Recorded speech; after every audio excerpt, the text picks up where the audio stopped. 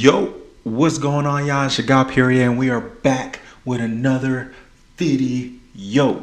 Yo, this time we're gonna go ahead and take a look at quite possibly my favorite Apple device of the year 2023, and that is none other than the M1 iMac 24-inch. So, if you're excited for that, go ahead and drop a like, and yeah, let's go.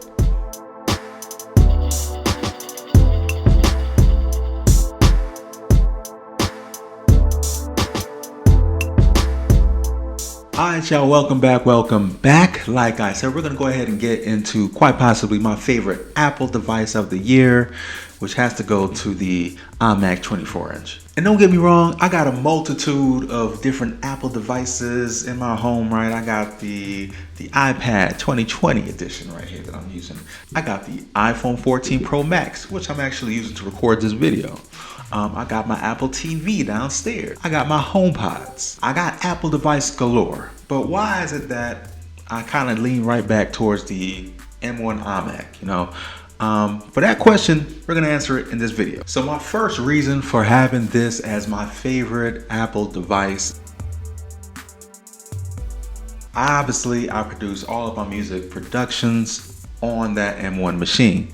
So for me, it's super duper important, you know, doing all the music production that I'm doing on the machine, doing all of my vocal recordings on that machine, mixing and mastering on that machine, everything as it pertains to music production, I'm doing on that machine, and I'm loving it personally. I am loving it. One of the biggest reasons why I like it is because it has a nice, gorgeous, big screen. You know, I could go out and get the M1 Pro MacBook and, you know, utilize that with its better mini LED 120 hertz display, but just something about having that all-in-one machine, you know, on a really a dope design in my opinion, and having that big screen to do all of my music production work, it's just kind of second to none. Once you go big, you can't go back. And obviously another reason why I like this machine for music production is because I personally got the right config for myself, right? So I got the 16 gigabyte, 8 GPU core, 8 CPU core, 1 terabyte config for my M1 iMac. And for me, that works. The biggest thing was that storage. Having 1 terabyte of SSD storage, you know, does wonders. I don't have to worry about, oh, I gotta move, you know, all of these loops into one SSD and have, you know, move around files and stuff. All of it is just centralized into one location. Obviously, I still back it up with an external SSD that I have, but just having everything on the device just works, and it works for my workflow, so love it. The very next thing why this is quite possibly my favorite Apple device is because I run my music blog off of it.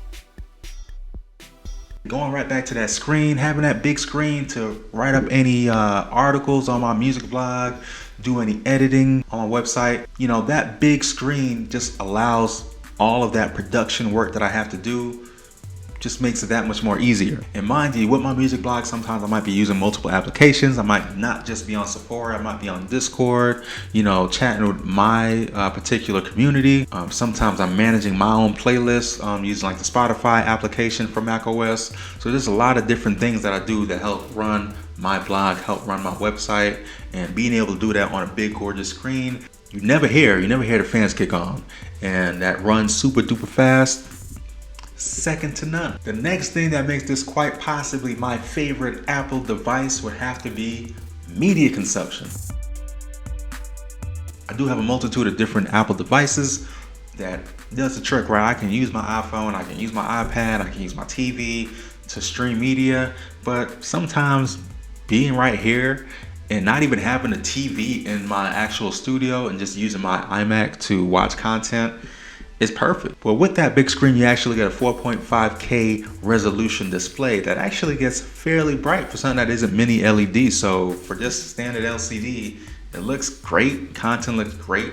You know, I have my studio monitors connected to it, so it sounds great as well. So it kind of gives me that immersive feel that I'm looking for when I am watching videos and just browsing the internet and just watching content on that machine. So it is second to none. So overall, the package that the M1 iMac offers today, still after roughly 2 years since it's been out, it's still a great machine to have, especially from a music producer standpoint. It still runs most of my applications very, very well. If it doesn't, I can run it in Rosetta and it still runs pretty well. Media consumption is not a problem. Running my website is not a problem off that machine. And really, I just love it. I love using it every day to just do everyday stuff and checking out music and listening to music and looking at content. So it is definitely a good machine. So maybe if you're asking yourself, hey, Perrier, is this still a good idea? And is this still a good purchase for 2023? Damn near 2 years after the fact. I'll personally say yes. I personally plan to use this machine for the better part of the next 3 to 5 years. Period. All right. So I personally had this machine. I didn't get it right at launch, but I got it like the end of 2021. So coming up on a year and a half, and I have no intentions on upgrading that machine. There are rumors that the M3 iMac is coming, possibly by the end of 2023. But, personally, if you have a machine, this is my take, all right? So if you have a machine that works fine for you and it's doing everything you need to do as far as music production or any other creative work or production work that you needed to do, cool, keep it. Don't be a little consumerist and go, run out and get the newest and, latest and greatest and stuff like me sometimes. But, if you feel like you have a machine and it's kind of ran its course and it's old and it's just stuttering and it's just not doing you any justice, I still think today, after 2 years, the M1 iMac, getting the right config that you need will do the trick. All right. And that's it, y'all. That's it. This is why this machine, I still come back to it daily pretty much. And it's still one of my favorite devices to use. I never really get bored with it. I always feel very content using it. So, that's my take on it. But, curious to know if you guys actually have an M1 iMac down below. Let me know down below in the comment section if you have one, what color you have. Obviously, you've kind of seen it with all the B-roll that I've been shooting.